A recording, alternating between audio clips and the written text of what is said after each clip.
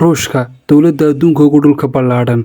Ruushku wuxuu ku fadhiyaa in ka badan 17 milyan kiiloomitir iskuweer. Ruushka haddii aan barbar dhigno qaaradda Ameerikada Koonfureed oo dhan, waxaan arkaynaa in qaaradda Ameerika Koonfureed oo dhan ay in yar ka weyn tahay Ruushka.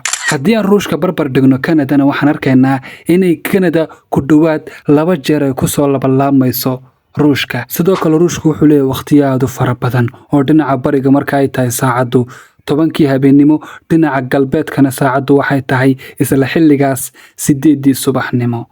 Ruushku sidoo kale wuxuu leeyahay xuduud 2 dal oo aad u kala fog sida Norway iyo Kuuriyada Waqooyi.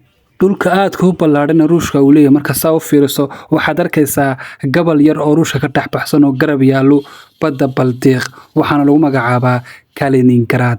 Kaliningrad iyo Ruushka waxa u dhaxeeyo 3 dowladood: Latvia, Lithuania iyo Belarusia. Kaliningrad waxaa ku nool ku dhowaad 1 milyan oo Ruushiyaan ah. 1 milyan ee Ruushiyaanka marka ay rabaan inay Ruushka aadaan, waxa u bannaan dhowr dariiq.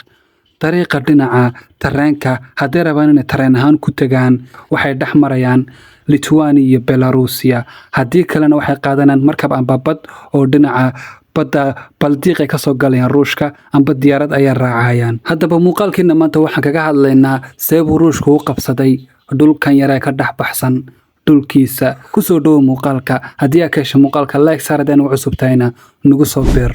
Horta gobolkan yar, dhulkan yar ee Kaliningrad la dhaho hadda Ruushku haysto, markii hore Kaliningrad lama dhihi jirin, Ruushku lama lahayn. Sidee markii ugu horeysay magaaladan waxaa la aasaasay sanadu markay ahayd 1255. Koox askara oo diini oo ka socotay Jarmalka ayaana aasaastay. Xilligaasna Jarmalka dowladdii xilligaa jirtay waxaa la dhihi jiray Prussia. Kooxdaasi markay aasaastay magaaladan waxa ugu magac dareen Königsberg. Kooxdii aasaastay magaaladan waxaa lagu magacaabi jiray Fursanu Theodor. Haddaba boqortooyadii xilliga ka jirtay dhinaca bari ee Jarmalka la dhihi jiray Prussia waxay la heshiisay boqortooyadii kale Jarmalka ilaa iyo sanadu markay ahayd 1758 waxaa dhacday in markii ugu horeysay ay qabsadaan Ruushiyaanku, balse 4 sano kadib waa laga qabsaday. Kadibna waxaa dib u mudoobay boqortooyadii Prussia iyo Jarmalkii, waxayna noqdeen imbaraatoriyadii Jarmalka sanadu markay ahayd 1871 oo caasimadu markii hore waxay ahayd Königsberg. Königsberg waa laga soo qaaday, waxaa la keenay caasimadda Jarmalka Berlin. ilaa iyo haddana caasimadda Jarmalku waa Berlin. Haddaba markii la soo gaaray dagaalkii labaad ee adduunka, waxaa dhacday in Jarmalku waayo dhul aad u fara badan. Imbaraatoriyadii Jarmalka ayaan ka hadlayaa.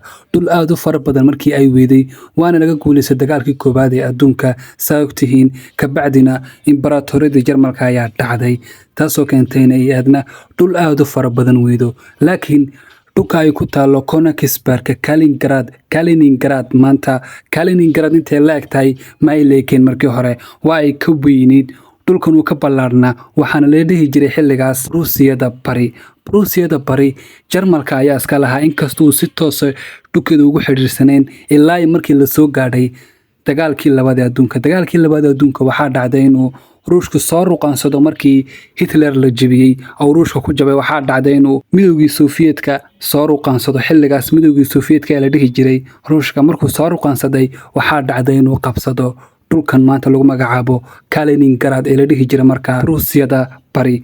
Ruusiyada Bari markaa uu qabsaday Ruushku, waxaa dhacday inuu kala qaybiyo. Dhinaca koonfureed qayb ka mid wuxuu siiyey Poland, iyo dhinaca waqooyi galbeedna wuxuu siiyey Lithuania. Intan kale u eg rectangle-kana iskaga ayaa qaatay.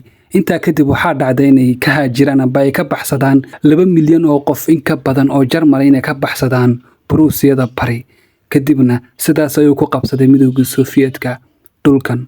Haddaba markii ay ka baxeen dadkan dhulkii lahaa ee Jarmalka ahaa, midowgii Sofiyeedka magacii ayuu ka bedelay. Königsberg ayuu u bedelay Kaliningrad. Markuu u bedelay magaca kadib, wuxuu soo dejiyey dad Ruushiyaan ah.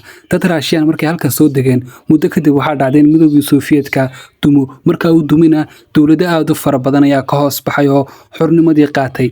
Dhinacan badda Baltiiq waxaa ka hoos baxay dowladaha kale ah Estonia, Latvia iyo Lithuania. Haddaba 3 dowladood iyo Belarus iyo dowlado kale markay ka hoos baxeen midowgii Sofiyeedka, mantiqadan yare Kaliningrad Ruushka ayay taabacsanayd dowladan hadda loo yaqaano midowga Ruushka. Haddaba mantiqadan yar seebe Ruushka ugu noqotay muhiim ayna ugu noqotay reer Yurub mantiqad aad u khatar badan. Sababta ayaan kuu sheegaa. Dowladahan saddexdan dowladood markay ka hoos baxeen dowladii midowga Sofiyeetka, dowladii Russia markii dambe aasaasmatay, reer Yurub waxay ku dhahday ambo NATO si caam ahaan markaa u dhahno ha igu soo ruqaansanina. Ruushka waa taqaaniin dhulkan aadka u ballaaran dad Russian ma wada degan yihiin. Russianku qayb kamid ay degan yihiin. Dhulkan aadka u ballaaran waxaa degan Turki iyo Mongolia qoomiyado aad u fara badan. Xoog ayuuna ku wada haystaa. Sababta uu qabsadana waa in la ii soo dhawaan. Haddaba ciyaartiisii ayuu bilaabay Ruushku inkastoo haddana dhul aad u fara badan waayay. NATO wuxuu ku dhahay ha ii soo dhawaanina. Waad iga guulaysateen ha ii soo dhawaanin ayuu dhahay. NATO marka ka hadlayna waa galbeedka iyo Mareykanka.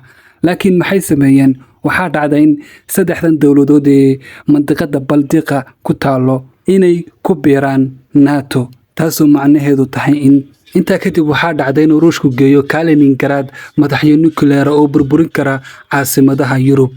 Haddaba inkastoo haddana Kaliningrad ay ku hareeraysan yihiin wadano NATO ka tirsan, laakiin meesha waxa ku jiro dal Ruushka la saaxiiba. Waxaan ka hadlaynaa Belarusia. Belarusia NATO kuma jirto. Ruushka ay saaxiib dhow la tahay. Inkastoo haddana ay mar isku dayeen inay hal dal noqdaan ay noqon weyday. Haddaba meesha ugu khatarta badan ma ahan oo kaliya Kaliningrad, balse waa dariiqan yar lagu magacaabo Suwalki ee u dhaxeeya Kaliningrad iyo Belarusia. Kaliningrad iyo Belarusia waxay isku jiraan 70 kilomitir. Kaliningrad Ruushku waxay muhiim u sii noqotay marka ay Finland ku biirtay NATO, Sweden ay mardhow ku biirayso, taasoo macnaheedu tahay inay NATO hareereeyeen Ruushka dhinaca galbeed. Haddaba Ruushka waxa ka sii cadhaysiyay markii reer Yurub bilaabeen inay Ukraine ku soo daraan ururka NATO, taasoo keentay in sanadu markay ahayd 2022 bishii labaad uu dagaal ku qaado dalka Ukraine, taasoo ay Ruushka ka ahayd oo kaliya inaan la soo dhawaanin. Chancla. Todo despeinado porque no me dio tiempo nada ponerme la chancla y el bañador. Voy a la playa, había subido la marea.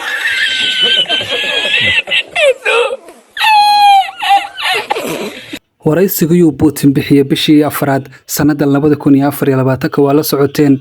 Wuxuu dhahay reer Yurub amba reer galbeedka waxaan dhahay aan saaxiibno aan urur mid ahaatay samaysano sida NATO oo kale way ii diideen. Haddaba waxaan dhahay ha ii soo dhawaanina, laakiin way ii soo dhawaadeen. Sidaas waxaa dhahay Putin. saas darteed ay mantiqada Kaliningrad ugu noqotay Ruushka mantiqad aad ugu muhiimsan, reer Yurubna u noqotay mantiqad aad u khatar badan. haddaba muuqaalkan intaas uu ku eegyahay. inta muuqaalkiisa xiga aan ku kulmayno, waxaan idinku codsanayaa inaad muuqaalka like saartiin, channelkana ku soo biirtiin, siina share garaysiin. mahadsanidin.